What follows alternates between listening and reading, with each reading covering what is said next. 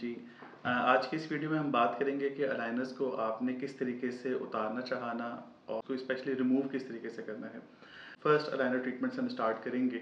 तो सिचुएशन ये होती है कि अलाइनर जिस मॉडल पे बना हुआ होता है that is slightly different from the original position of your actual teeth. So at the time of the insertion you will be feeling a slight pressure at the time of the insertion. What you will be feeling कि आपके एक जगह से वो थोड़ा सा नीचे की तरफ आ रहा होगा. So what you have to do कि आपने पहले posterior टीथ के ऊपर उसको सीट करवाना है and then you will have to move toward the anterior teeth कि उसको आप सीट करवाएंगे.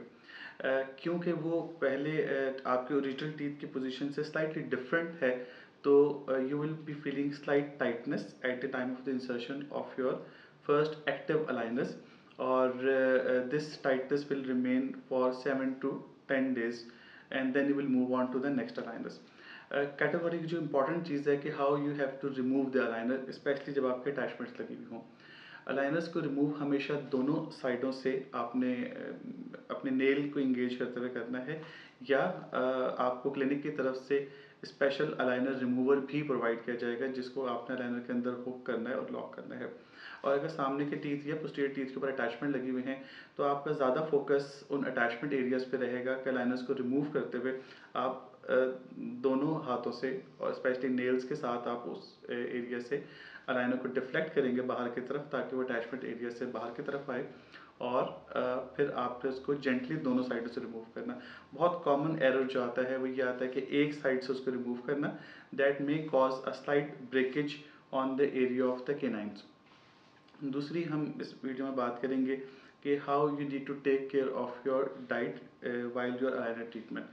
तो जो चीज़ आपने अंडरस्टैंड करनी है these aligners are very sensitive to the temperature because ये थर्मोप्लास्टिक मटेरियल से बने हुए होते हैं और अगर आपने इस अलाइनर्स को पहने हुए अगर आपने चाय पी स्पेशली हॉट कोई ड्रिंक लिया तो ये डिफॉर्म हो जाएंगे और you are very strongly advised not to wear the deformed aligners. आजकल जो है वो गर्मी ज़्यादा है तो स्पेशली गाड़ी में या किसी ऐसी जगह पे आप उसको ना छोड़ें जिसकी वजह से वो डिफॉर्म्ड हो सके. और अगर आपको डिफॉर्मिटी या एक सडन चेंज महसूस करते हैं चौथे पाँचवें दिन after of wearing the aligners because of the heat damage तो आप अपने डॉक्टर को रिपोर्ट करें and you need a replacement aligner for this situation. दूसरा आपने ये लेना है कि कोई फिजी ड्रिंक्स या कोई शुगरी जो ड्रिंक्स है वो वाइल वेयरिंग द अलाइनर्स ले रही क्योंकि अलाइनर्स में become a plaque retentive side या उस जो आपने शुगरी ड्रिंक ली है उसका एक हार्बरिंग साइड और उसको रिटेन करने की जगह बन सकती है. अगर आपने लाइनर लगे लगे कोक स्प्राइट या कुछ इस तरीके से लिया और वो इसके अंदर हल्का हल्का इनकॉर्पोरेट कर दिया तो this will cause a serious damage on the outer layer of the tooth that is the enamel और उसको वो केरीज का प्रोसेस जो है वो स्टार्ट हो सकता है. It's very important to note कि अलाइनर्स को पहने हुए आपने कोई चीज़ खाना नहीं है क्योंकि ये बहुत डेलिकेट अप्लायंस है और आपकी कोई हार्ड चीज़ बाइट करने की वजह से ये डैमेज हो सकता है.